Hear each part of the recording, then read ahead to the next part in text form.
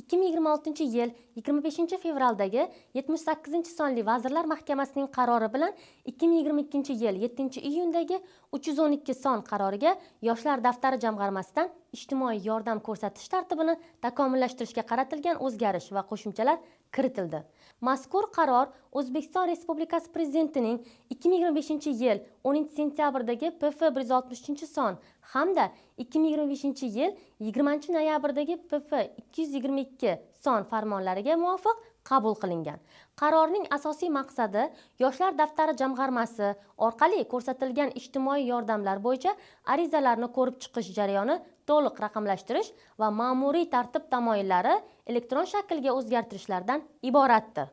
Qarorga muvofiq endilikda Yoshlar daftari jamg'armasidan ko'rsatiladigan ijtimoiy yordamlar bo'yicha arizalarni taqdim etish, arizalarni ko'rib chiqish hamda qaror qabul qilish bilan bog'liq barcha ma'muriy jarayonlar Yagona interaktiv davlat xizmatlari portali hamda Yoshlar yagona elektron platformasi orqali amalga oshiriladi. Bu norma barcha bosqichlarning yagona elektron tizimi orqali yuritishni belgilaydi. Shuningdek, qaror bilan ijtimoiy yordamlarni taqdim etish mexanizmiga aniqlik kiritiladi. Endilikda Yoshlar daftari jamg'armasidan ko'rsatiladigan ijtimoiy yordam turlari individual reja asosida taqdim etiladi. Mazkur individual reja ijtimoiy reyestrga kiritilgan oilalardagi yoshlarning shaxsiy rivojlanishiga qaratilgan bo'lishi belgilanadi. Ijtimoiy yordam yoshlar ijtimoiy shartnomasi orqali tegishli shartlar asosida ajratiladi. Ya'ni yordam ajratish jarayoni shartnoma asosida amalga oshiriladi va unda yoshning majburiyatlari hamda natijaga yo'naltirilgan shartlar nazarda tutiladi.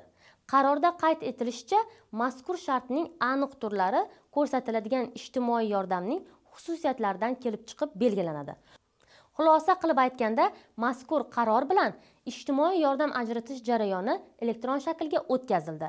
Individual reja asosida ishlar mexanizm belgilandi.